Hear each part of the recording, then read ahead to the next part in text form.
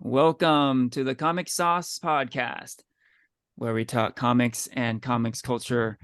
I am Henry Liu, and today I'm joined by Porfirio Rangel. Porfirio, how's it going? I'm good, Henry. It is hot down here in Southern California. Mm, It is hot. When I say hot, HOT hot, but I'm happy to be here talking with all y'all. all right. Yeah, the summer continues. I'm also joined by Christian Diadamo. Christian, how goes? What's up? It goes well. Weirdly, summer took a break today and it was really overcast everywhere. Like in Yeah. Northern California. Mm-hmm. That's NorCal weather. Yeah. Yeah. It felt like Well, it was San Francisco everywhere today. yeah. Which is good because the last couple of days were pretty hot. There were yeah. Yeah, so a little break today. But it is still summer. Today is August 25th, 2023, and we're going to talk some Blue Beetle. The latest DC movie has released. It's been out about a week. We have seen it, and we're going to talk all about it.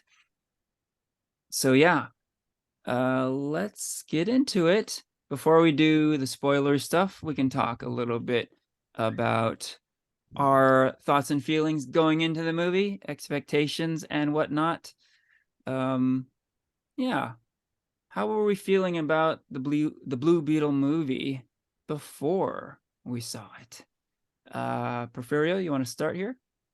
Sure. So, not gonna lie, I mean, you both know this. I'm not like the biggest DC person, so I had like no knowledge whatsoever of Blue Beetle. Like nothing besides the fact that he wears a blue suit and he has like an alien kind of attached to his spine. That's all I knew about it. But when it was announced, I think I got more interested when it was announced that actor Zolo Maridueña was going to be casted for the main role of Jaime Reyes. My interest just sparked. Just like when Neymar was introduced as having this Latino background, I just was like instantly hooked. I've seen Zolo in Cobra Kai on Netflix, and he does a really good job here. And I think he's a really good actor. And so, it was just also cool. I think, I mean, correct me if I'm wrong by either of you two, but I think Blue Beetle is Hollywood's first Latino comic book hero to like star as like the main hero, you know. Like I Mm-hmm. know we've had like Zoe Saldana play as Gamora or Oscar Isaac as Moon Knight, but I think this is like the first like Hollywood film with a Latino led superhero. And I was that alone just already like caught my attention and just caught my interest. So I really was excited for this film. Right on. Okay. How about you, Christian? What were your expectations? Um, let's see. For a while to be honest, for a while I wasn't really sure this movie was even fully happening. I think Blue Mm-hmm. Beetle is a very low tier DC character. He's someone you almost never, I've been reading comics for or DC comics for a while. Didn't see Blue Beetle a lot, barely at all. My first introduction to him was actually in the cartoons because he would show up in like Batman Brave and the Bold. There's a good episode with him, and Young Justice was another one. Was Hmm. there's a season two is kind of centered around the Beatles, and that was actually pretty cool. And that was really my first introduction to Blue Beetle. Um, and I think the other thing that got me kind of hyped up for it uh, was the lead, the Zolo Maridueña. I did really like him in Cobra Kai. He's great. He plays Magic the Gathering, and so do I. And I've seen him play Magic the Gathering on YouTube uh, with the guy who plays Hawk, Jacob, and that's a lot of fun. And I think like it's cool to see like stars kind of do the thing that you do, like Magic the Gathering, have like a similar hobby. Um, and so I think with that, like that, and he's like a very charismatic guy.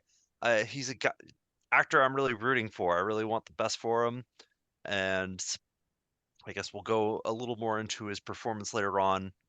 But it's cool to see an up and comer like that. Um, and so when he got attached, he's the title character. It's like, oh, okay, all right, let's see where this goes.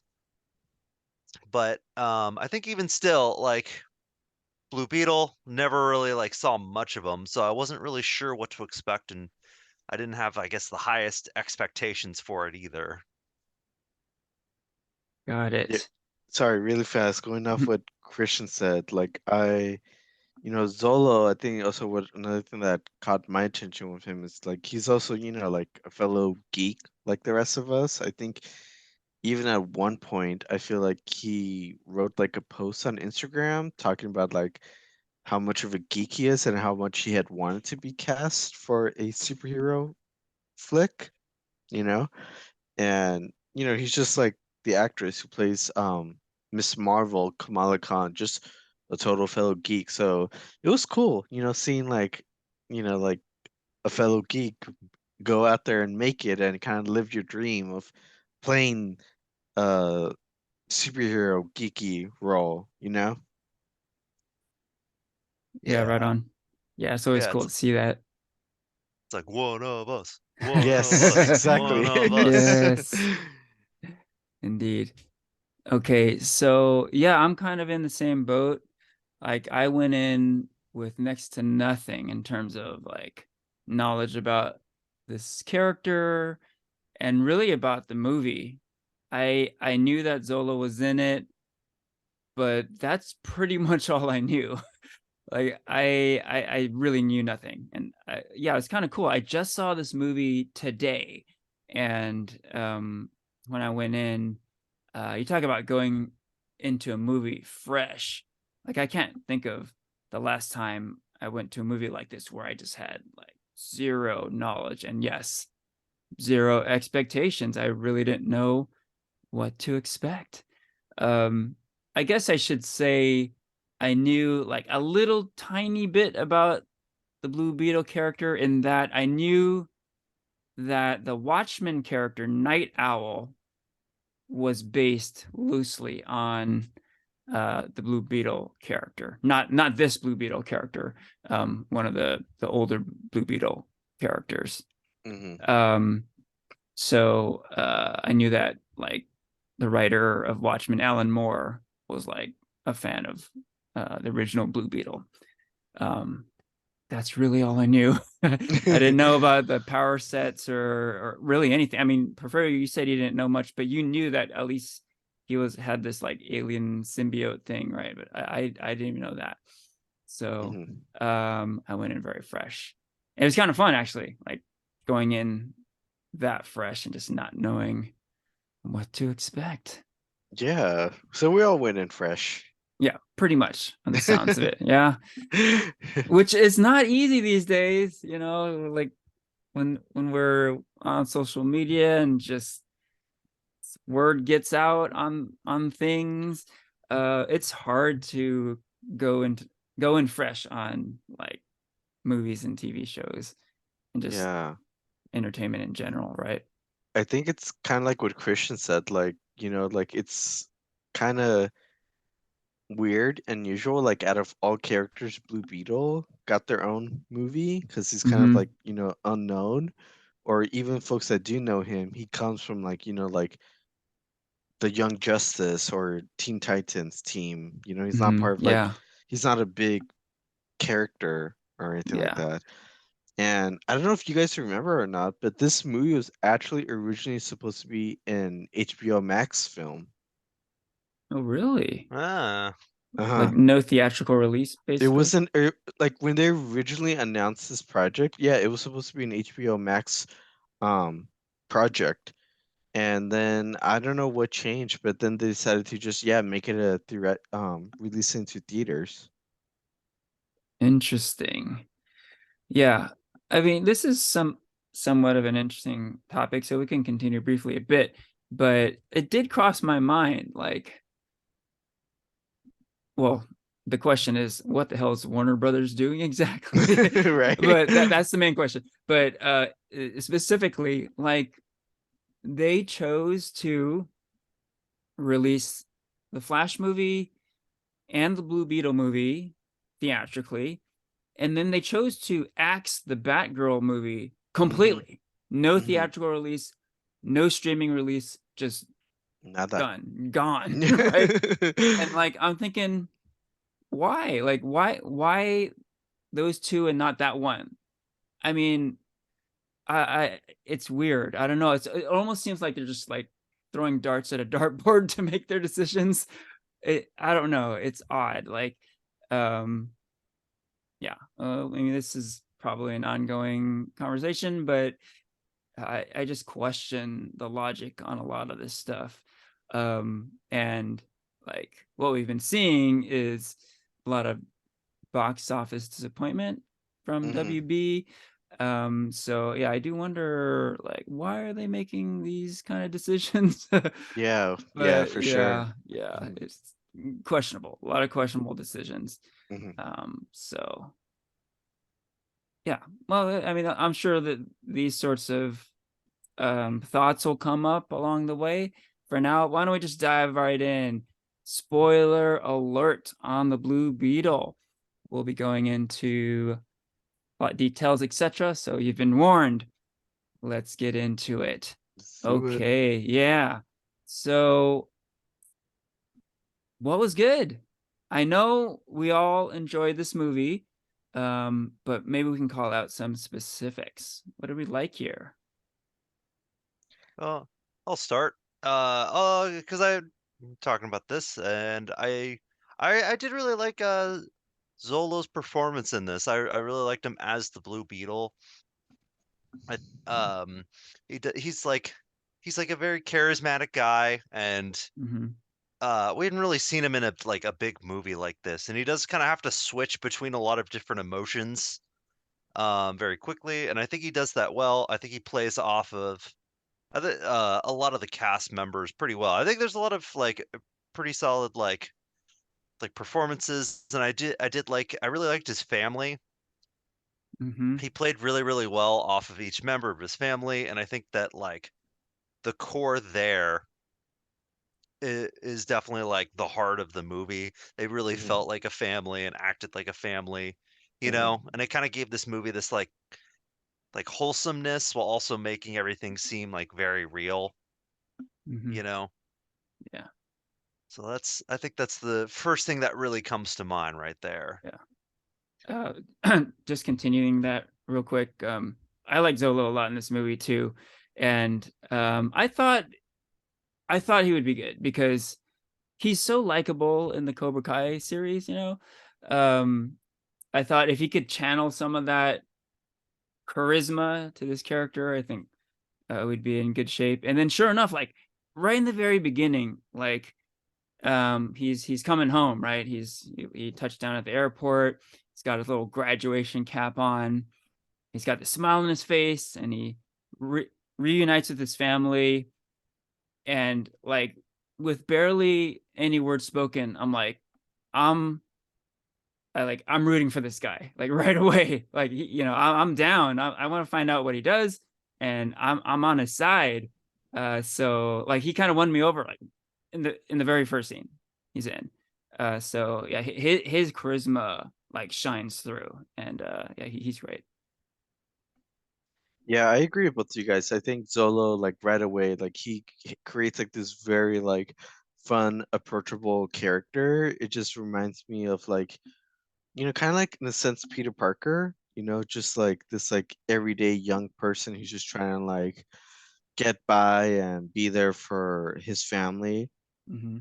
And but I think like, Christian, you touched upon it, but I think like what makes me love and appreciate the film is one, Zolo's acting, but kind of the storyline. It's very like Latino based. Like you said, he interacts with his family a lot. He really kind of um cares for them and wants to take care of them, and just reminds me of something you find like in Latino households, of just like family being like a core structure in our culture and our and what we want to do. And it just made me very warm and just very happy to see like Zolo oozing that kind of same dynamic with his family, you know.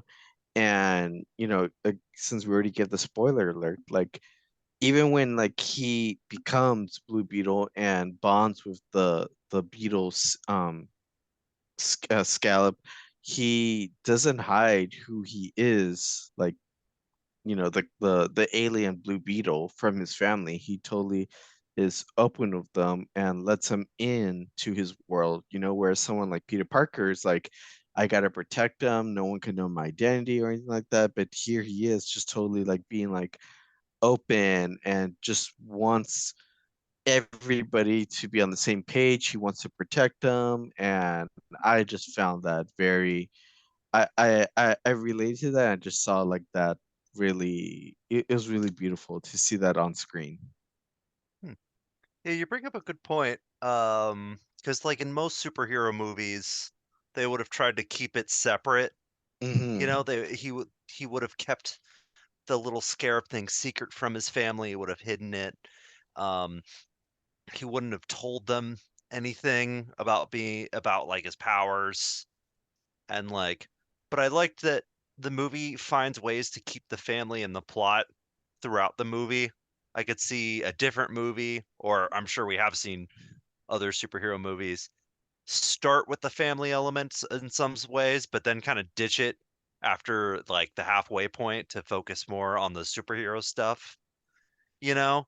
Whereas I like that this movie kind of keeps them kind of at the center throughout. Like your focus never really leaves the family. And Yeah. s- Mhm. and so you're kind of able to watch them and like kind of connect with them throughout the whole movie rather than just Hmm. being there at the beginning, you know? Yeah. Yeah. Yeah, you do see that often, right? Where the family is important to the main character, but you only see them like here and there, right? But here it really is like a main part of the story. The family component is really what the movie is all about. Yeah. Hey, Porfirio, you touched upon the Latinx representation here. We definitely have to talk about this because the question came up like, oh, is Blue Beetle the first ever Latino superhero movie? Right. And then you think, well, there's Namor and Black Panther 2 and Gamora and then there Oscar Isaac was Moon Knight, right? But Yeah. like in those projects, okay, let's like break it down. Miles. Namor, Miles Morales, Miles yeah, Morales. Yeah. yeah. So let's break all those down, right? Namor, he was like The he anti-hero. was, I mean, arguably the villain, but someone Yeah. like Porfirio would say the anti-hero, right?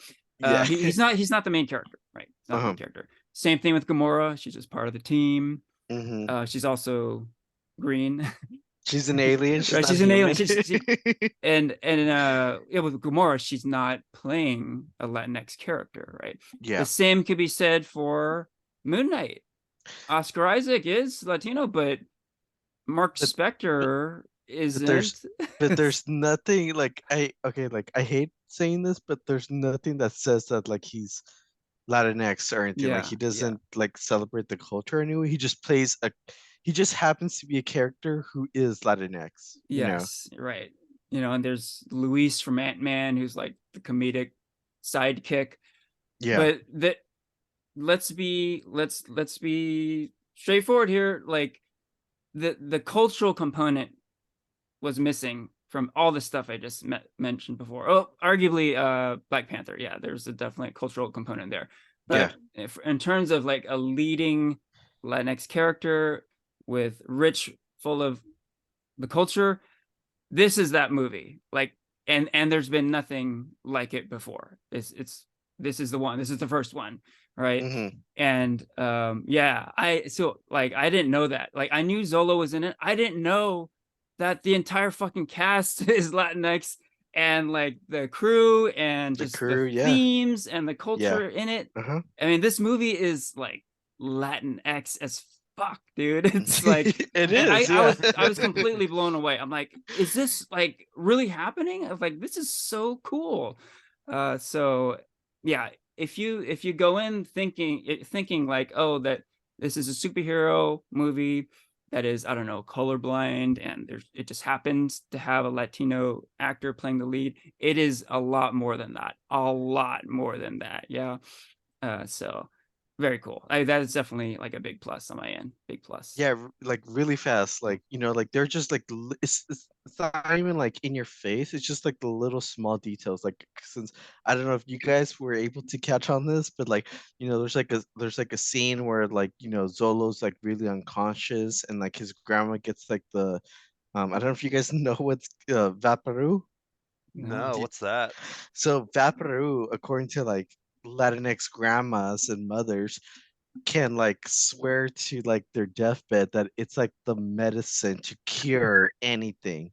So like you could easily get it like a Dollar Tree store, and like Vaporu is just like this like I don't know what the best way to describe it, but like a like um oh my gosh, like a healing cream basically to Mm-hmm. heal your muscles. But again, Latinx grandmas and mothers can swear by it, but they say it's like the answer to any sickness. You have a cold, put some Vaporu on your chest, you'll feel better. You're you feel sick, put some Vaporu on yourself, you'll feel better. And so there's a scene where like Zolo is just like unconscious, and like the grandma totally like just takes out the Vaporu and like puts it next to him, so he sniffs and he just like wakes up. And I was just like, oh my gosh, how many times has my grandma done that to me?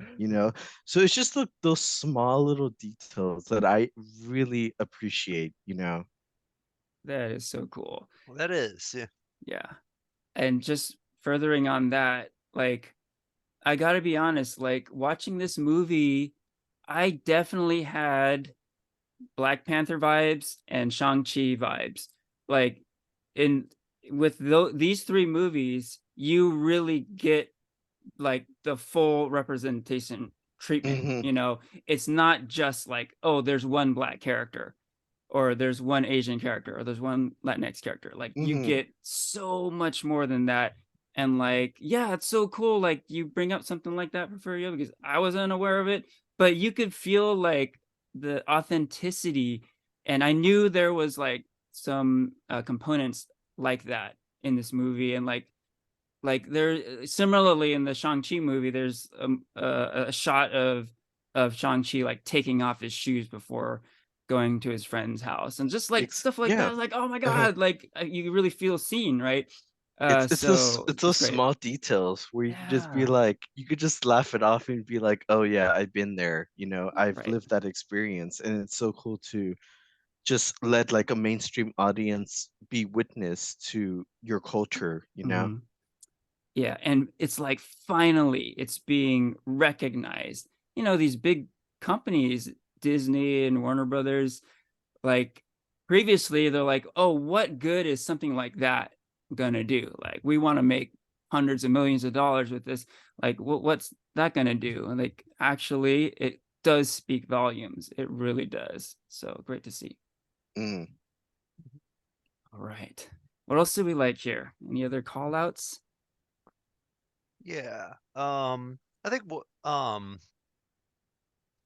something I also liked, I think like kind of is just like I actually really liked the way they did the keys. I like the look of the city. I like their house, the how like their house also felt like very lived in. It felt like a real Mm-hmm. home. Hmm. Yeah. Um uh and then you kind of look out and you kind of see the larger city. I'm blanking on the name of the city. We were actually just talking about it. It was Palomora, Palomora City, Or, Palomora, something like that. oh, I got it. It's Palermo City. Palermo Palomera City. Yeah, City. Um the y- fictional Palermo City. yeah, so like I thought the movie kind of it starts to almost go into this like synthwave look to it, the way they did the larger city, and how like they Mhm. have their house on the outskirts and they look out to it. Yeah. It's a small, very quaint, very homey house. And then you kind of see the world of like, this like Cord Corporation off in the distance. This like that they kind of go like, similar to say like the Waynes or the Starks, Mm, with Wayne Tech, Stark Tech, things like that. But this one is the Cord, and it has the whole movie has this kind of like synthwave kind of vibe to it, Mhm. mhm, Yeah. almost cyberpunk in certain scenes. mhm. It's Mhm. which I know that's kind of like the flavor of the day, but I don't know. I'm also kind of a sucker for the way they did the colors and the way they Mhm. did the soundtrack. You go to Ted Cord's house, um, and of course, you know the kind of the mansion that's like large but also very empty, and the way Mhm. Jenny talks about how there's like little kind of bits of life here with her mom's paintings, but you kind of see the two different households, how the uh the Corrids, they're the people who have all the money and everything, but of course they're all very distant. They're all kind of hating each other. Her and Victoria, like kind of the two left. They don't like each other, but they're at the heart of this corporation. But Yeah. they have the money, they have the big houses, they have everything. And similar to say like the Waynes of the Starks. And then of course, uh you have the Reyes family, um down on their luck, the way like pretty much right as you're introduced to the Reyes family, you kind of see all the hardships that they have to feel. They're the real underdogs. Yeah. Dad has the heart attack and that they don't have the business, they're behind on rent, you know all very real human problems that you kind of instantly relate to. Yeah. Yeah. And Yeah. so I don't know, that just that really worked for me. But what were you gonna say, Porfirio? No, I totally hear everything you're saying. Like I totally love the visuals that like the city gave off. It totally, like you said, gave it like a few very futuristic cyberpunk vibe. But I also love, like, again, like just the storytelling, Latinx storytelling. I think like it just told like this, like, even this common narrative that we see here in the Bay Area of like just gentrification, like a big metropolitan city comes, and then they increase like the rent to folks who have been there living there for hella long, but because of um metropolitan cities and development, that they're just pushing like all like these like folks that live on the outskirts, like. And so for me it was just like, again, like just a very Latinx narrative that's, again, you could see it here in San Francisco's Mission District or even in Oakland, but I saw that like being like an issue here with like Zolo and his family, how he was just like, why didn't you tell me about this? Like I need to get a job to help the family. Like one day I want to make enough money to like put us in a mansion, So, um, like I totally agree what you're saying about the visuals, but I just also saw it like in a like, as that like the setting being another part of the narrative and ongoing like issue that Latinx folks face. Right on. Well said. Okay. Yeah, I got something I wanted to touch upon. So, yeah, like from the very beginning, you get hit with this like strong Latinx representation. You get to see Zolo, you get to see his entire family greet him at the airport, right? So right away I'm like, whoa, like they're going there, they're going for it here, yeah. And to me that was exciting, but it was also like, oh, that ups the stakes a little bit, because whenever you get a lot of diversity in front of and behind the camera, there is a bit of a risk, right? Because if the movie is shitty, then the studios are going to be like, well, we tried, but it didn't Oh work. God. So, Yeah. No, yeah. oh, Mm, Uh-huh. well, right. So then Uh-huh. it was like, okay, I hope it's good, right? And from a pretty early point of the movie, I found this movie to be hilarious. Like, this is like a straight up laugh out loud comedy. So that needs to be said too. Yes, it's a superhero movie. Yes, it's a DC movie, but it is super funny, you know? Like, it's a DC superhero movie, but this is in no way related to, you know, the Snyderverse or the dark and dreary Superman and Batman of BVS and all this stuff, right? Like, talk about a 180 from all that, right? It is super funny. I was laughing all throughout. In particular, I wanted to call out George Lopez here. He is so funny in this movie. And I was shocked because, like, he's been around a long time, and he's never really been on my radar. But he was a huge standout in this movie. He's hilarious. He's good dramatically as well. Yeah, I can't say enough. So I think the point where I was like, holy shit, this is a really entertaining movie was when Jaime becomes the Blue Beetle, basically, right? He has the scarab, and his family's like, take it out, let's see, right? And he kind of takes it out reluctantly, and then it like jumps inside of him, and he's like really freaked out, and all kinds of mayhem ensues, right? And there's a moment where he's like, oh my god, I think it's inside of me. And then George Lopez says, it went up his culo. Yeah. And I'm like, oh my god, like, this is good. Like, I was like fully on board with this movie because all of a sudden number one, it was like a hilarious moment, but then number two was like, oh, they're not taking this too seriously, right? And I love that. That's like all throughout the movie. I think maybe they went a little overboard on the ridiculousness a few times, but for the most part it works, and it really just doesn't take itself too seriously. And I think with a character like Blue Beetle, who isn't a household name and who is, you know, like a B level hero at best, you kind of have to have that approach, right, where you don't like treat it as like a sacred beloved character. You kind of gotta have fun with it, right? And yeah, this movie is a lot of fun, and it's so funny. Yeah, I agree with what you said, Henry. I think George Lopez was definitely a highlight for me. I think, you know, I kind of grew up with George Lopez watching the George Lopez show, you know? Mhm. But I just felt like, George Lopez just, kind of not gonna lie, like, yeah, as I grew up, I just felt like George Lopez represent like this kind of like old school, like Mexican, like American person of just like Mhm. having the same old jokes about like immigration or whatever. Mhm. But like this movie did remind me why the hell I think this guy's really funny. Like he Yeah. was like anytime he spoke or any of his scenes, like, one, he was like crazy as hell. Like he had like all these Yeah. like conspiracy theories. But two, he was just fucking a genius also, Yeah.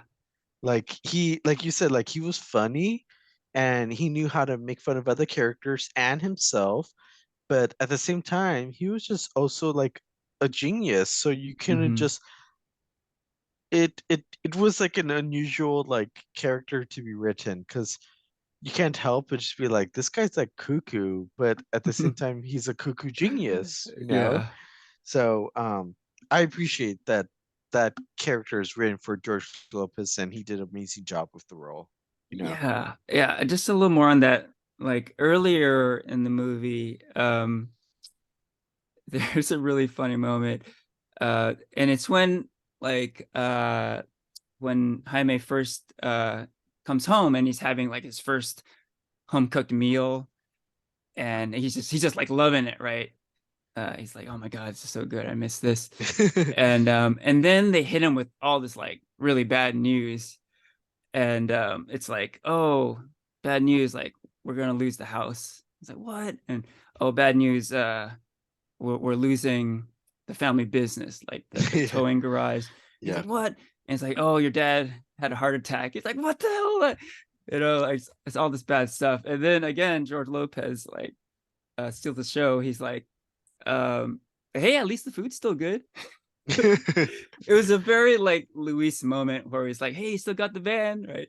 Yeah. So funny. And then like, so at that point, I was like, oh, whoa, that's a funny line. But I was really expecting George Lopez to be just that for the rest of the movie. And he Just was very funny, but mhm. like you were saying, Porfirio, he's so much more than that. Like later on, he does become the Blue Beetles like guy in the chair in a way, right? The Mhm. tech guy. And then, oh man, there's another scene where it is so powerful. Like, so this movie is very funny, it's hilarious. I would add it's also very touching. This is a very emotionally powerful movie too. So it's basically the moment where uh Jaime is kind of doubting himself, and he's like the reluctant hero, right? He finds out you can't get rid of this symbiote power, right?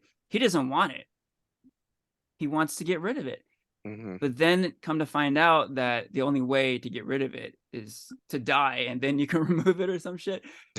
So he's like, he's flipping out, right? It's like his whole life has changed, right? His either he has to give himself in to the bad guys, or he lives his life as like, I don't know, um like a fugitive vigilante, right?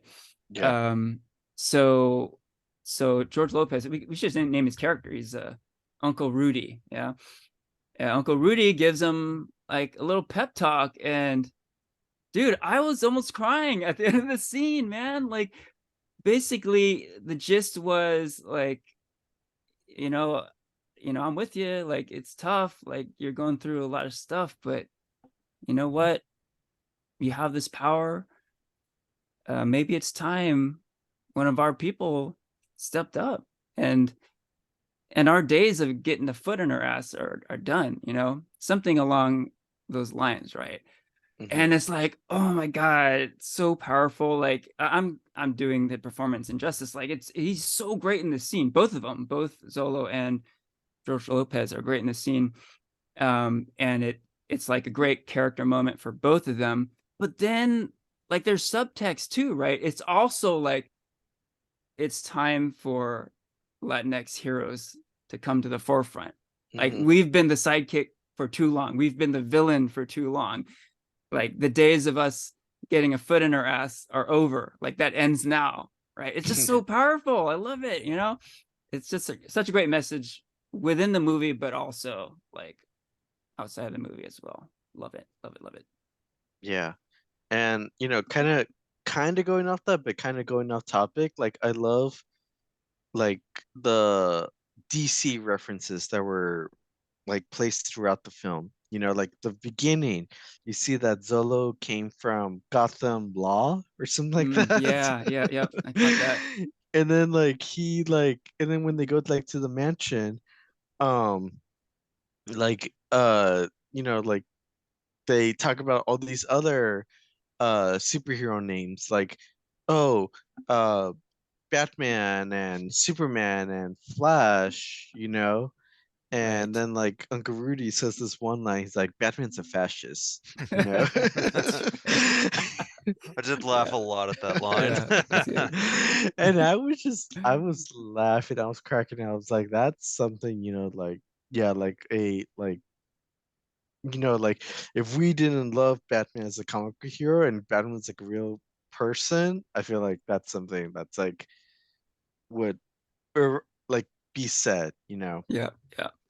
Yeah. That's So that. Oh, yeah. Go ahead. no, I was just gonna really quickly say like that's just a little bit of like realism, but just kind of shows that like where um well I'll get into it later, but yeah, that just shows some realism. about the film and the characters. Cool.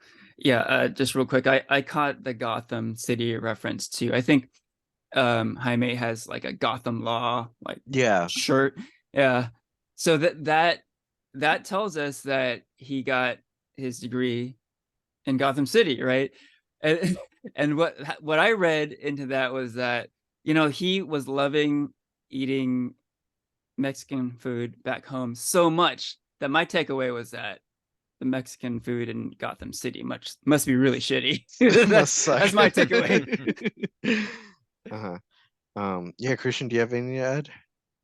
Yeah. Um, like I I was gonna say that the movie I think does a really good job of I think juggling a lot of those comedic, more serious moments, like the emotional moments, um, very well. Like it kind of flip flops or can flip flop between the two, between the three, and so the actors do gotta pull a lot of different emotions really quickly. Um, and George Lopez, I agree with you guys, definitely is the standout character of the family that Mm-hmm. isn't the main character. Um, I thought his sister also had some good lines at the beginning. She definitely feels like a sister. The way, she always kind of gives a little, she's always kind of giving shit to Jaime, Yeah. at the beginning. You kind of see their bond, but you kind of see that with the two siblings, Jaime wants to leave, start a law, make a better life, whereas she's much more in tune and has a lot more roots in the keys. Mhm. Mm-hmm. Um, and I was also, pretty sad. I didn't actually expect to see his dad dying kind of halfway through. You only see kind of snippets Mhm. of his dad here and there. He's kind of the stoic, emotional, kind of grounding of the family. He's the one Mm-hmm. who always says, "We can get through this. We always Mm-hmm. do." And that's kind Mm-hmm. of his big line, you Mm-hmm. know. And I did really like that kind of scene at the end where he talks to his dad before he kind of gets his second wind before the big battle. Yeah. Mm-hmm. I thought that was a nice little moment there. And so the boot, I guess as a quick little side note to kind of veer off, I think the movie's actually paced pretty well in that regard. The movie's only 2 hours long, and it because it's 2 hours long, it's very low stakes. I did Mhm. quite like that. Mm-hmm. Um, it didn't try to do too much. It kind of just it gets a base hit. It Mhm. and it gets on base. It feels like it does everything it needs to do. It doesn't take itself too seriously. It feels perfect for this type of character. And I th- because it didn't try to do too much with it, it didn't really feel like it fumbled anything. Mm-hmm. It's paced well, it's not too long, too bloated, and it hits all the right notes. Dun dun dun. Yeah, cool. Yeah. Yeah. Yeah. One scene that you talked about was, yeah, like when Jaime talked with his dad, in the afterlife. Yeah. It just, I just felt like that was a total like Black Panther Mm. moment. Yeah. And I got really emotional during that scene. I'm not gonna Hmm. lie.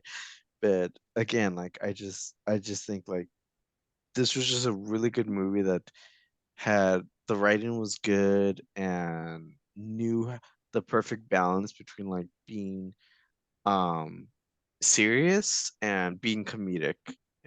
Like you said, like you already pointed out, Christian. And um of course it had some flaws, but it had a good base hit and I enjoyed it, you know. Right on. Cool. Yeah, just a few quick fires here before we move on.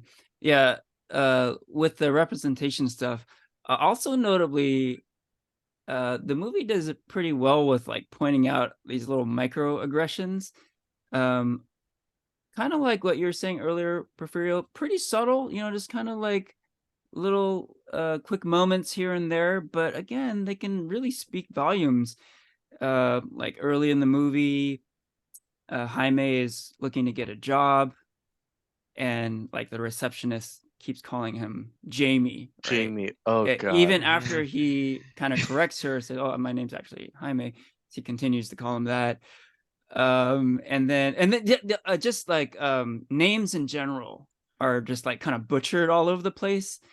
I feel like Uh, if you're not like a white folk, like you would understand, like Mhm. I understand. I've been there, so yeah, and just like the using the wrong names and yeah, like using Spanish terms in like derogatory ways, yeah, like the Susan Sarandon character, like she plays the main villain, right, Victoria Cord. And at one moment, she's like "andale, andale," and like just like little moments like that are like, oh shit, like yeah, it's just brief and it's subtle, but like it does speak volumes. or like how Victoria always like misnamed her assistant. Yeah, Oh Like she yeah. always kept calling him the wrong name, yeah.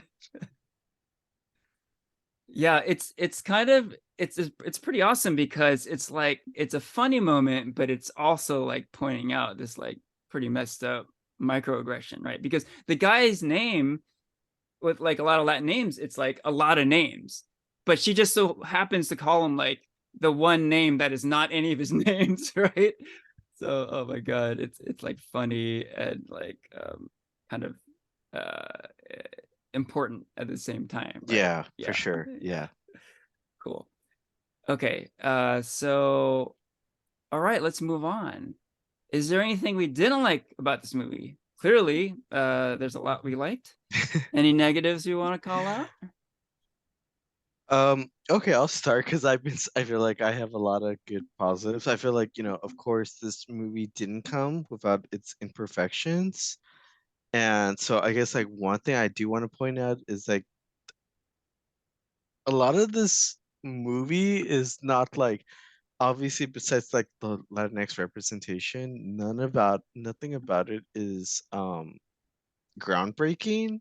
I don't know if that's the right word, but Mm-hmm. it just kind of played off like the very like typical superhero cliches. Like, I have this power, I don't know what to do, and I am going to like I learned how to use the power, whatever, and I just felt like it was what's the right thing I'm trying to say about this movie? It was kind of predictable. Mm-hmm. you know Yeah. Mhm. like every step of the way was pretty predictable about like where they were going to go. Like I appreciate like the storyline and the way they told it, but everything about it I was like, oh, he's going to save his family, oh, his dad's going to die, oh, he finds out this past about like what his suit is all about. Like it was just nothing about it was spoke original or out of the box to me, and it just felt very like by the book superhero cliche storyline. And so I was just a little bit disappointed on that end. Mhm. Yeah, that's interesting you call that out because like I made the comparison to Black Panther and Shang-Chi, and I think there's kind of a similar theme with all three movies in that they are groundbreaking moments in representation, but with the storytelling, they're all using kind of the same old superhero template, right? Mm-hmm. Nothing super groundbreaking about the storytelling. Again, the representation, the cultural components are groundbreaking. Let's not get that mistaken. But Yeah, yeah. the stories, yeah, it's kind of like the same old shit in a way, Yeah. right? So I do agree with you there. Mhm. Yeah, I think with this one, for some reason, I think Blue Beetle really sticks out as like the story structure does feel fairly generic in terms of superhero-ness. It does feel like okay, main character in his late teens, could be early 20s at this point, um, happens to get a superpower from a science company Mm-hmm. that he doesn't know, and he kind of learns with somebody else from the science company gaining a different superpower. Could be the same, could be you harnessing it in a different way, Yeah. which of course and is more powerful, and they fight. Like, I think that's this movie, that's the first Tobey Maguire Spider-Man, that's Venom, and as well as like other Yeah. different elements. Like you already Yeah. named Black Panther, Shang-Chi. I'd Yeah. even Yeah. throw in Batman in there, Sure. in a way. And I think there's even more that Mm-hmm. we're kind of doing. It does feel a little worn out, I think. At Yeah. the same time, there's parts of I think this movie's like very wholesome and has a charm to it. So at times it feels a bit like a throwback, it kind Mm-hmm. of approaches it well enough to where we still had a good time when we watched it, even though we kind of saw everything of like, oh, that's this movie, that's Yeah. that movie. Yeah. This feels like X, Y, and Z a little too much. And I think there's like other good elements that kind of help differentiate it, help you have a good time. But yeah, it was. I think that at the end of the day, I do think that kind of holds it back, Mm-hmm. especially in this point. I think if this, I don't know how long this movie was in production, especially with the big pandemic, but I imagine if this movie released like a few years ago, I could see it being a hit, having a much bigger reception than it than it's having right now. Yeah. Hey, yeah, I'm glad you guys were picking up on that too. The fact that it's drawing from a lot of familiar territory, right? I think it's purposeful actually because there's some stuff in here that seems like almost like an homage, right? So yeah, I took some of these down, but when Jaime is first in the suit, he flies all the way into outer space, right? That has very much like Iron Man 1 testing the suit vibes, where he like finds out the suit can't handle the high altitudes and there's like an ice problem. Very similar scenes, very similar. Speaking of Spider-Man 1, everything you mentioned, Christian, yes, agreed. But also at the end of the movie, the Blue Beetle has half of his mask torn off, very much like the end of Spider-Man 1 when he's fighting Green Goblin. Porfirio, you mentioned like the Black Panther and ancestral realm vibes with Jaime and his passed away dad. There's that, but also at the end of that scene, his dad disappears, and it looks very much like uh, he's getting dusted away, a la Infinity War, right? Very similar. I don't think that's like a coincidence. So yes, we're treading on a lot of familiar territory here. So much so that, yeah, again, I think they did it purposefully. But as we've been saying, I think, yeah, maybe it holds this movie back a bit because there's really nothing terribly original or inventive in terms of the story. I agree. Mhm. I think another point I want to bring out is, I've said this so many times during our podcast, is that a movie is only as good as its villain, Mm-hmm. and I felt like the villain was pretty bad in this Mm-hmm. movie. I mean, whether it was Victoria, the CEO of the company, or the guy in the battle armor suit, you Mm-hmm. know?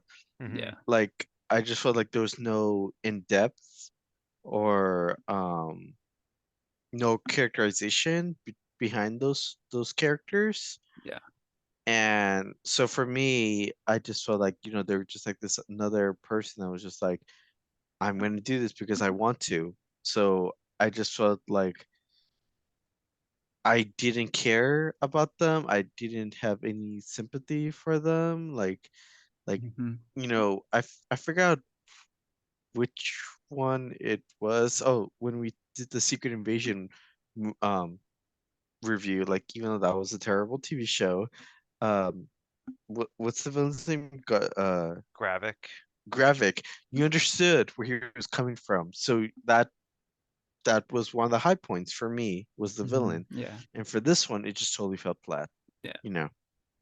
And just to add on there, the secondary villain is Carapax, and it's like at the very end they injected some backstory to him that I felt would have been pretty cool to have earlier, right? Mhm. Because at the very end, like when he's basically like already defeated, I think you find out that he there's this real sad story where he was like totally exploited by Victoria, right? Mhm. And he becomes like kind of a sympathetic character. Um, but it's like, oh, why are you telling me this like at the very end? Like, it would have been kind of cool if we knew that this character had this backstory in him earlier, right? Because then it'd be kind of more like what we're looking for, Porfirio, right? I was looking for something like that. I too kind of felt like the villains were pretty weak. Mhm. It's almost like maybe at the very end they're like, oh shit, we didn't do enough character development for our villains, let's just throw that thing in there. And it was like a little too late. But yeah, when all is said and done, I do agree with you. Yeah, it's a little bit weak on the villain side. Yeah, like I think there's one thing that I did like about the villains, with Carapax specifically. Mhm. Um, I did like how at the end him and Blue Beetle kind of come to an understanding a bit. Like he sees he sees the tragic backstory, sees kind of who he really is. Um, I think the "my family makes me strong" was probably a little too cliche, but I don't know. It's like this and like Spider-Man 3 is the other movie I can think of that do this, where the hero and the villain kind of it ends with them kind of coming to an understanding with Mm. each other. Mhm. A lot of times you see the hero kill the villain or subdue the villain, and that's the end of that's the end of it. And then I guess Susan Sarandon's character Victoria does get killed, but I don't know. Blue Beetle and Carapax have that nice little moment between the two, and I did like that. That's probably the only little bit of the villains I think I liked. Whereas I definitely agree with the rest of it, where they're pretty bland. I like the action also. I don't know. Little side note, I did enjoy the action, Uh-huh. Like, but yeah. that was it.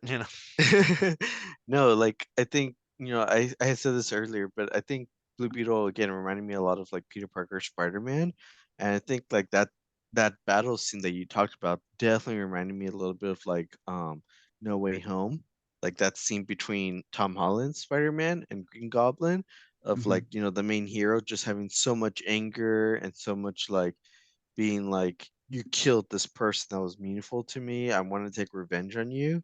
Yeah, And then just having to like be like, no, like I'm a bigger person, they wouldn't want this. So um like I enjoyed that scene also. Yeah, it was a cute little scene. cool. Oh, so Christian, you mentioned the action. Yeah, I wasn't so much of a fan of the action in this movie. So let's see. You know what? I was a little bit confused because with the Blue Beetle suit. Okay, let's talk about the Blue Beetle suit. It is a suit, but it's not like an Iron Man suit. It's like it's a suit, but it's also like part of him, right? They're calling it a symbiote. Hmm. So um basically Jaime has to like learn to work with the symbiote in order to operate the suit properly. I guess that's kind of the action character arc in this movie. But here's the weird thing. So uh often with superhero origin stories, like the hero is not adept initially, right? And then he learns to use his powers. He or she learns to use his powers correctly, and defeats the enemy in the end. But the weird thing with this one is, like, I kind of felt like the Blue Beetle didn't really need to learn how to use the suit or even work with the symbiote that well, because the symbiote could fight well with the suit on its own, right?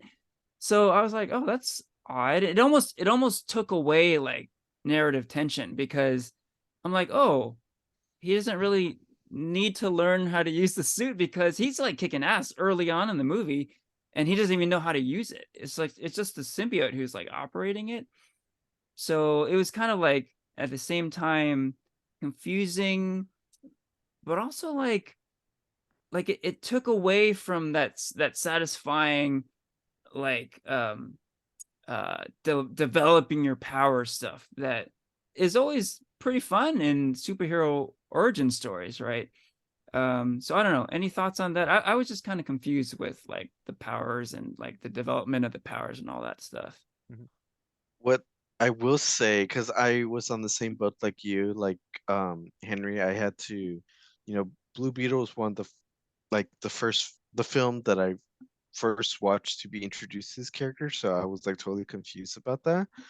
But then like I, watched a little bit of Young Justice and read a few comics after the film just so I could be more knowledgeable about the character, and that's just something that's a constant issue between Jaime and the suit in general, like there's just this like conflict about like Jaime being the host and the the the alien just kind of wanted to take charge and do what it can to protect the host, or like kind of like that relationship like with Eddie Brock and Venom in the Venom movie of like, Mm-hmm.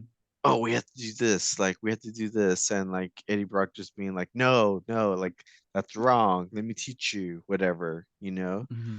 So it's something, the best answer I could give you is that like it's just an very recurring issue, I guess, that Heimet's been facing within the comics. So there's no clear like resolution to Got it. to that.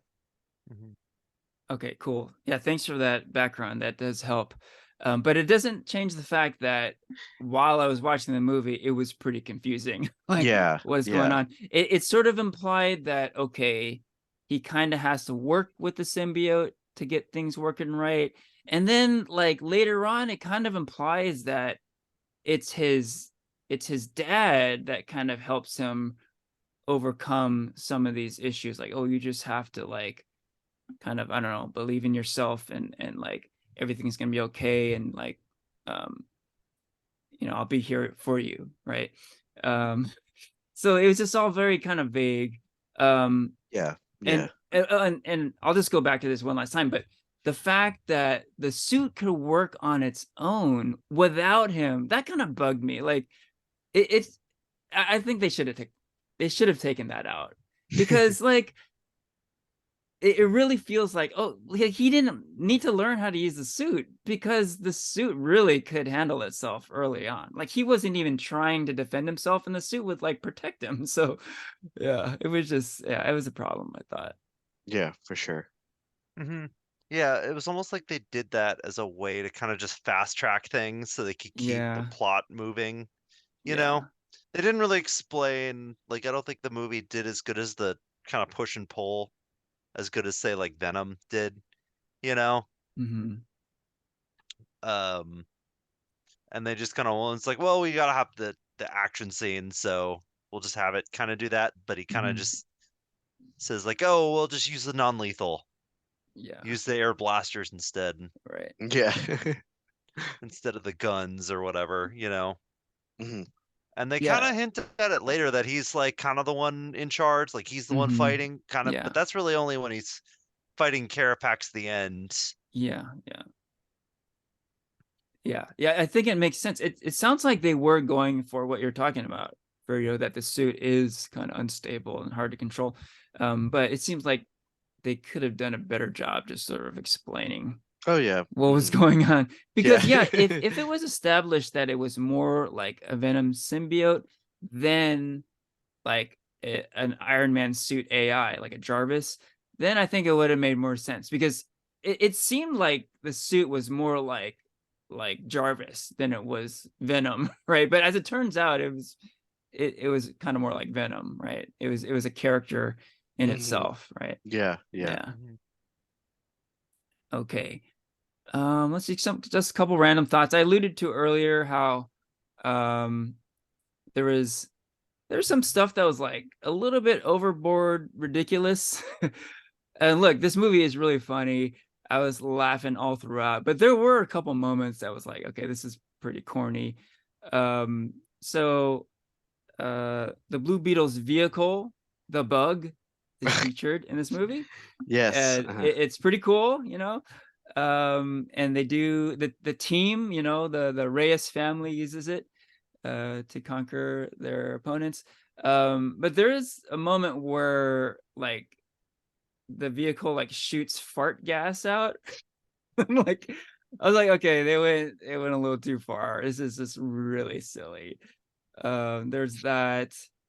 Maybe I'll get your guys' take on this too. But um, the Nana character is pretty cool in this movie.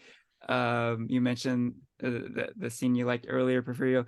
But at the end of the movie, she's like holding a Gatling gun. And that whole thing was like too much for me too. It was like really silly. Just like I don't know. It didn't quite work for me. But what you guys think of kind of the silliness of some of this stuff? Yeah, that scene was definitely a little too much for me too. You know, it seemed just like a little too much of a jump the shark moment. Yeah, That's the but thing with I'm with you on the gas. Like, I think I remember watching that and thinking like, man, I would have liked that scene so much better if it didn't actually have the fart noise as it spewed the gas. yeah, I would have been okay with the gas, but it really didn't need to like fart, you know? yeah, It didn't yeah, need to say like bug fart with like right, with the actual noise, you know? yeah, yeah,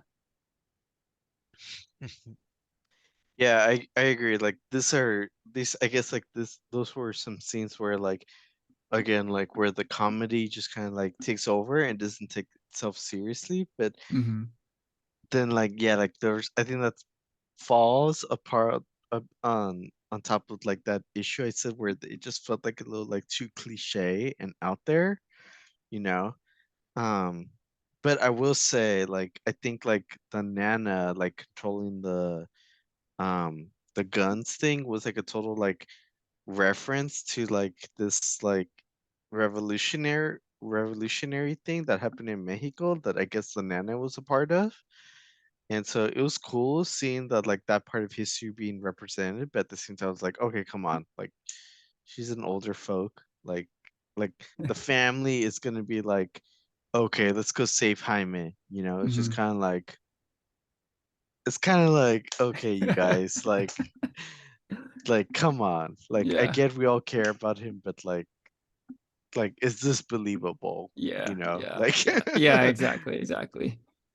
But that's a good call out, because like even something that's not really positive, we're calling it out as a negative, even that has like a cool little cultural component to it. So, you know, you're still getting, you know, something cool out of it yeah. regardless, right? Yeah. Okay.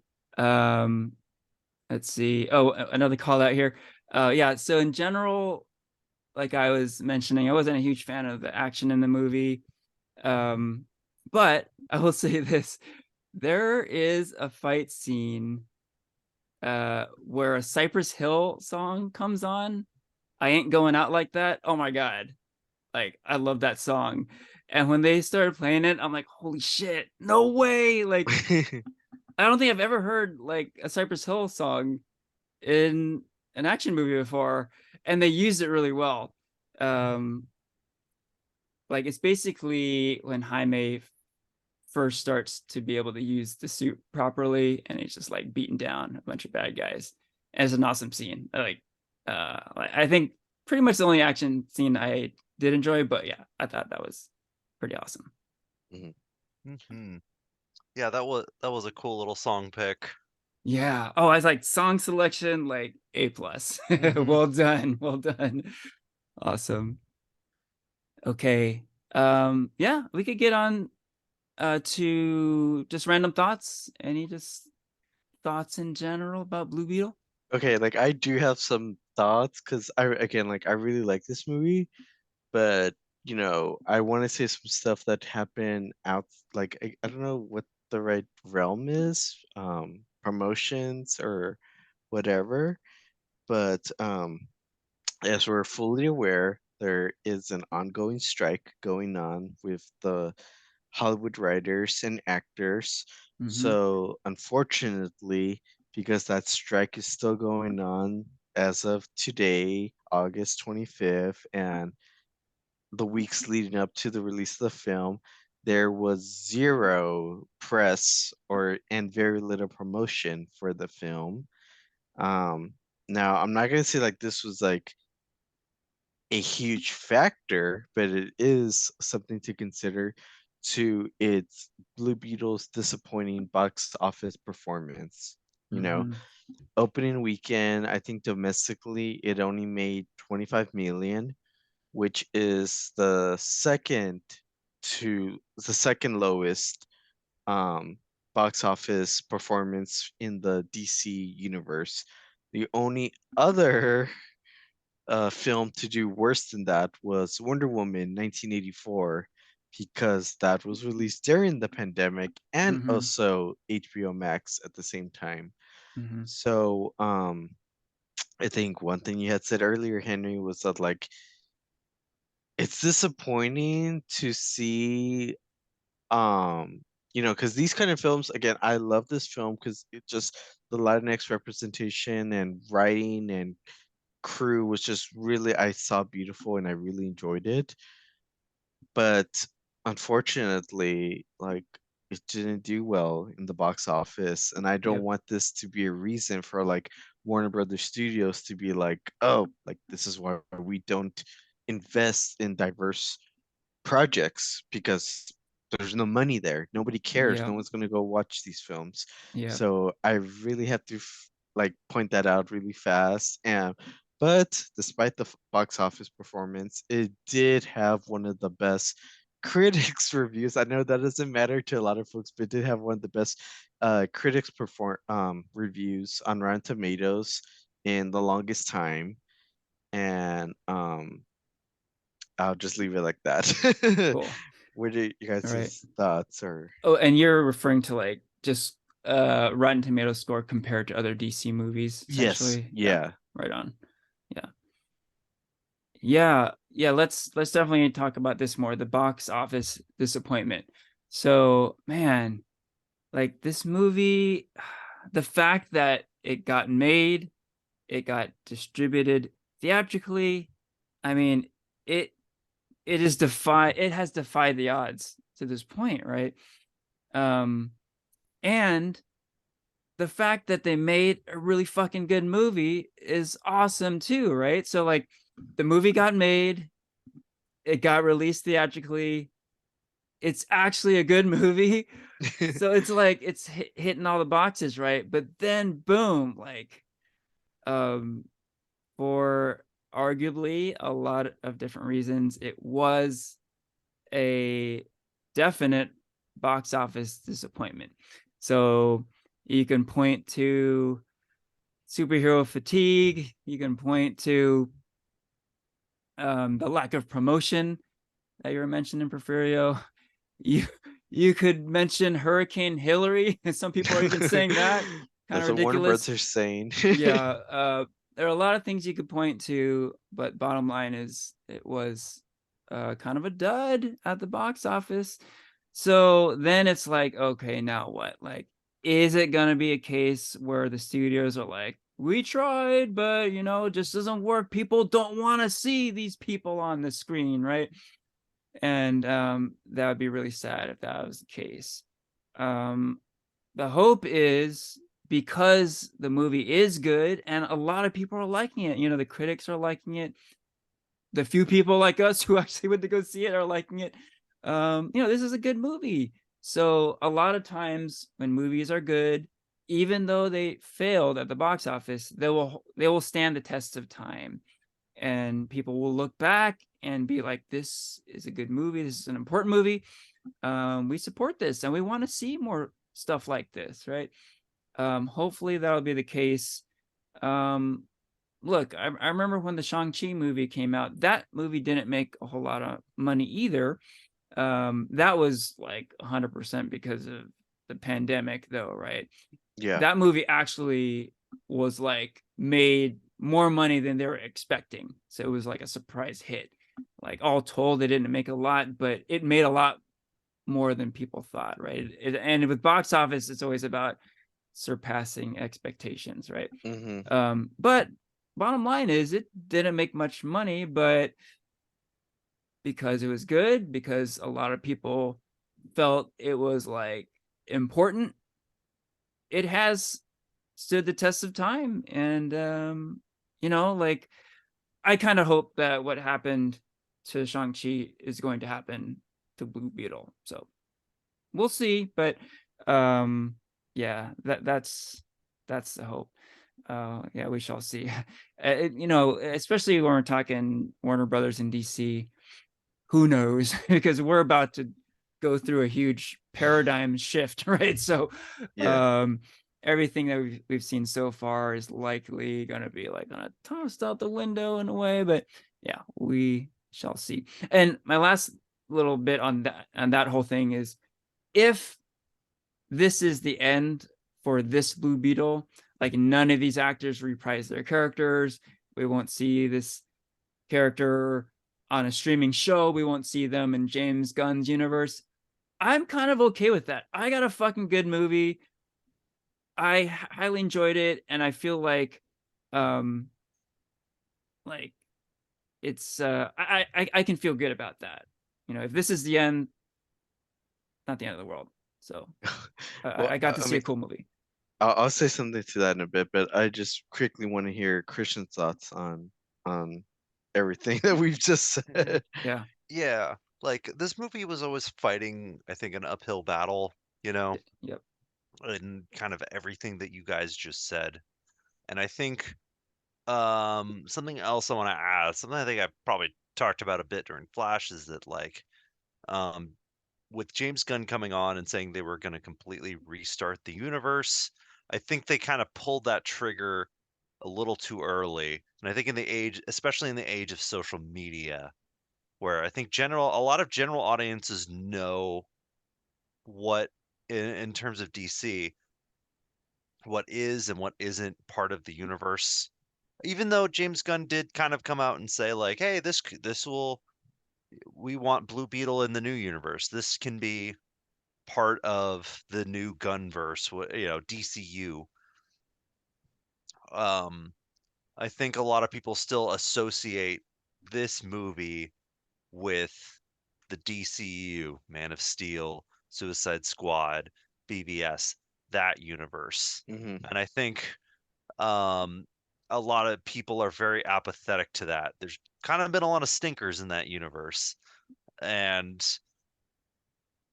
um, I think a lot of, like I said, people are apathetic, but a lot of people did come out for the Batman, and a lot of people came out for Joker.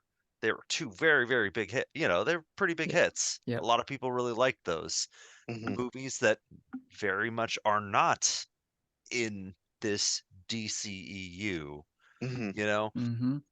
And I think general audiences knew that going in and they knew that coming out.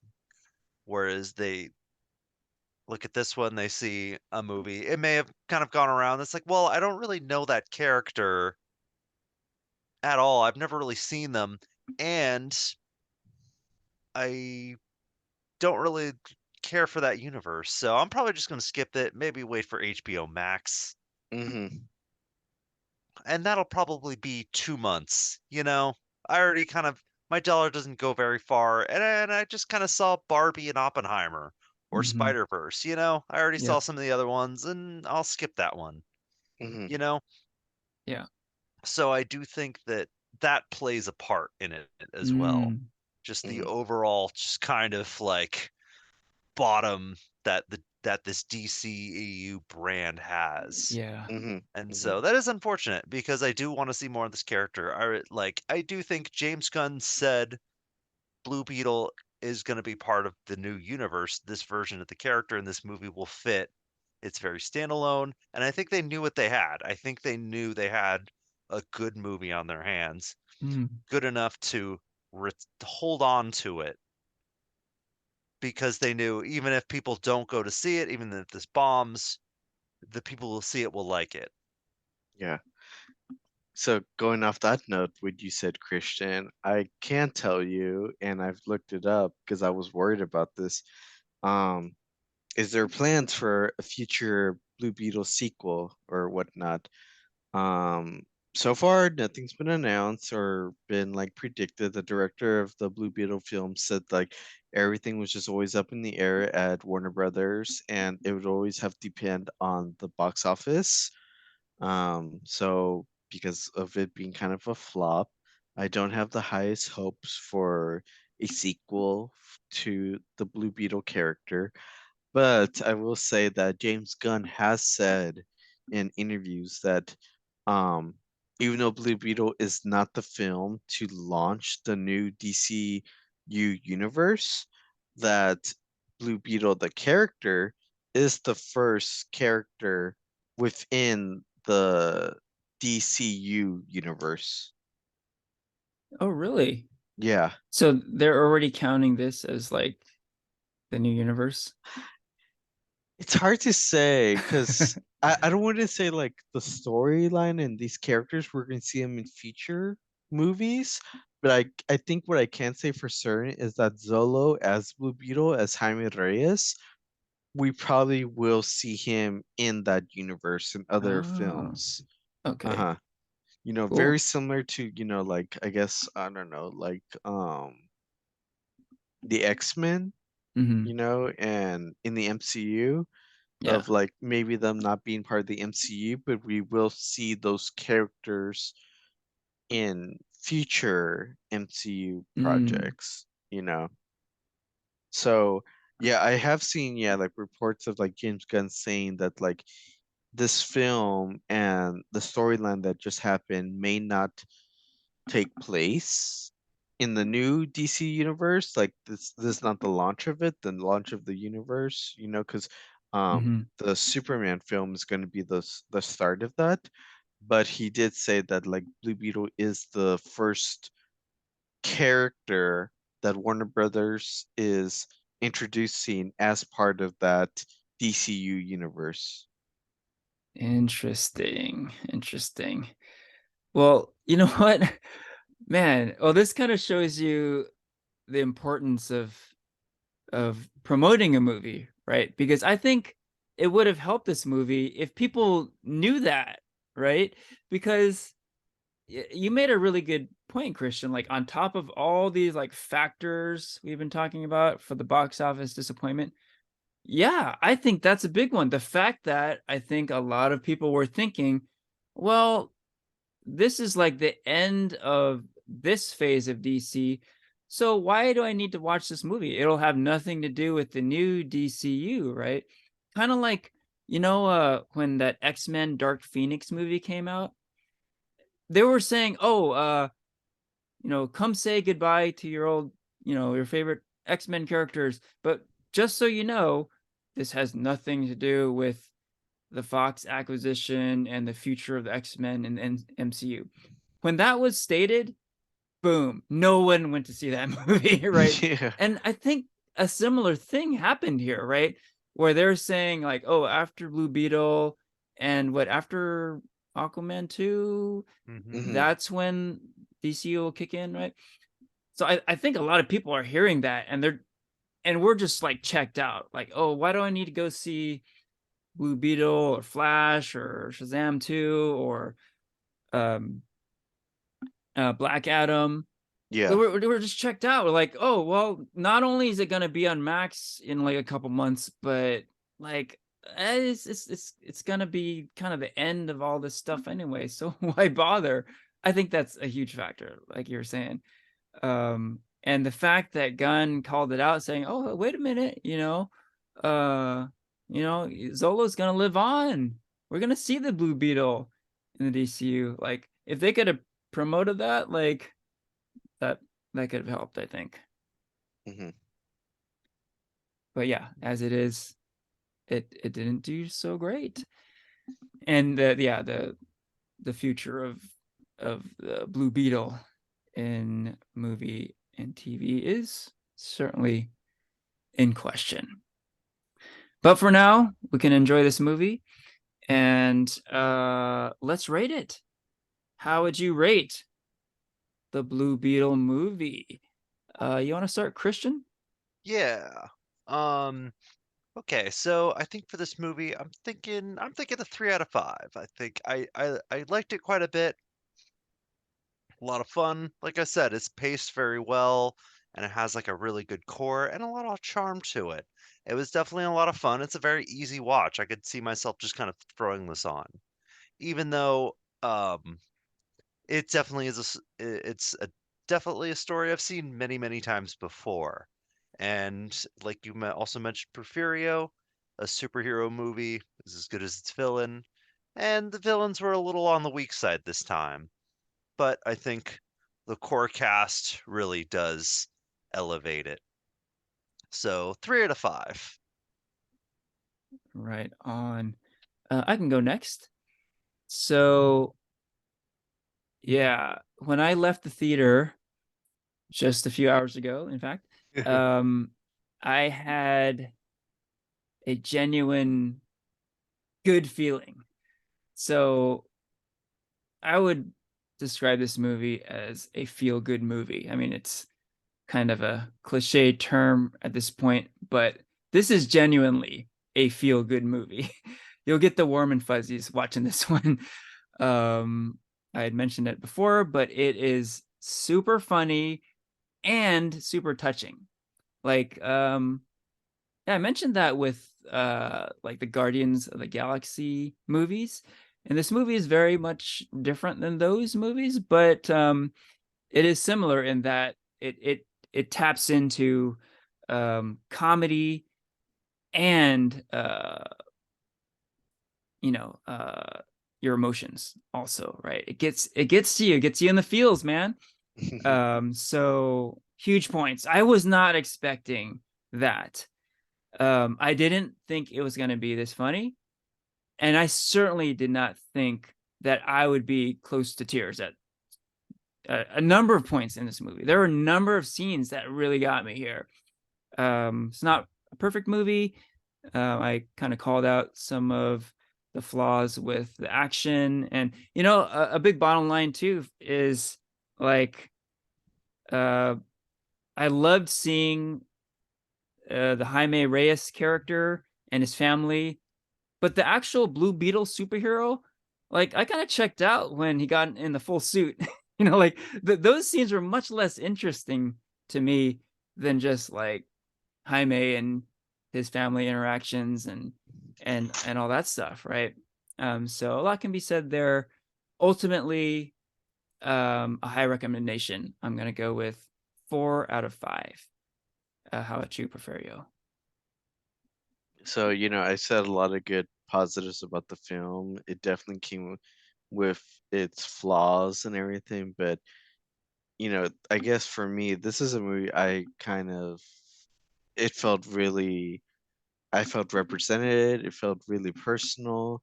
I saw there's a lot of great Latinx storyline characters, a lot of like cast and heartfelt was in the film. Um, and it's just those small details that just made me emotional, just being like, oh my gosh, I totally can see my family doing that. Storyline did good, came with its cliches and predictability, so that's why I had to knock it down a bit. But overall, I really enjoyed this film. I gave it a 4 out of 5. Um, it's like what you guys both said. It's a really good feel good movie. Doesn't take itself seriously. It's a good like mix of comedy and action.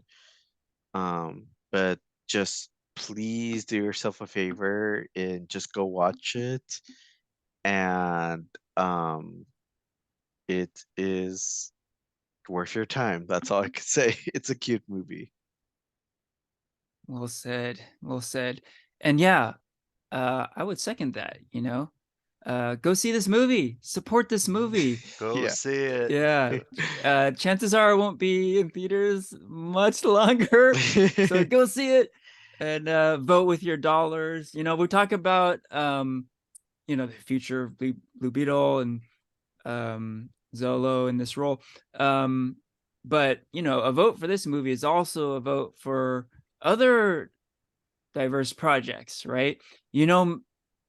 With enough box office for this movie, maybe a situation like Batgirl doesn't happen in the future, right? So keep that in mind. Yeah. Yes. Yes. Okay. So as we've done, we're going to give a comics recommendation. It is related to this movie. So Porfirio, you want to take it away? Yeah, so I have a good Blue Beetle comic. It just came out, I want to say like I know at the end of last year. And it's the series is called Blue Beetle Graduation Day. It's written by Josh Trujillo. And it is again like if you like what I enjoyed about the film was just like that those Latinx like representation and those like small little details. Like you'll find that within this comic series, like small scenes of him like listening to like Selena or whatever. It's a good like I mean the storyline is essentially like Jaime, he's graduating from high school.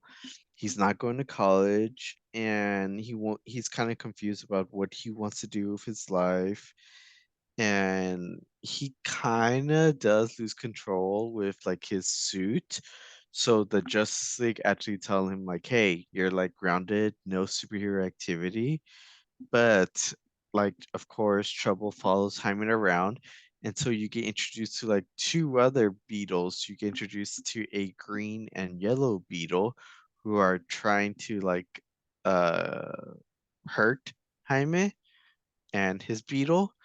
And there's like this whole like alien backstory to like where the beetles come from and everything, and it's not in the film like where his suit came from, but this comic does a little bit of job at answering those kind of questions. And I think what is also cool about this comic is that it's actually the first time you learn about Victoria. She was a character created within the series, and then she's in the film. And also the city, what's the city called again? We just said it. Oh, we just said it. Palermo City. The Oh, Philomer. no, I messed it up. I kept forgetting, so I just kept calling it the Keys. Well, Palmera City. Palmera City. So that city is also again like the first time it is mentioned in this comic series. Um, so a lot of these like references that are in the film are for the first time mentioned in this comic series. And fun fact, so Jaime Reyes, because I read like the first comic series that he was introduced, he is actually from El Paso, Texas, where he grew up, and that's not really referenced in the film. But if you look closely, there's a scene where he lives on El Paso Street. So Nice little cool, nugget. cool little Easter egg. Easter egg, yeah. Uh, Right on. if you don't have time to read this series, though, there is a new Blue Beetle series that comes out next month. So I recommend this series or the next one that's coming up, because if you like Blue Beetle, hopefully it'll continue with that spirit of Cool. why we like the film. Excellent. Yeah, that's a good call out because it sounds like this series, it's called Graduation Day, right? Yes, yeah. Yeah. It sounds like this probably most closely matches the movie content, right? because there's been a long history of Blue Beetle comics, but a lot of it's very old and a lot of it has very little to do with this particular incarnation of the character, right? Excellent. Excellent pick. And with that, we can wrap up the episode. This is Farewell from Henry, Porfirio, and Christian.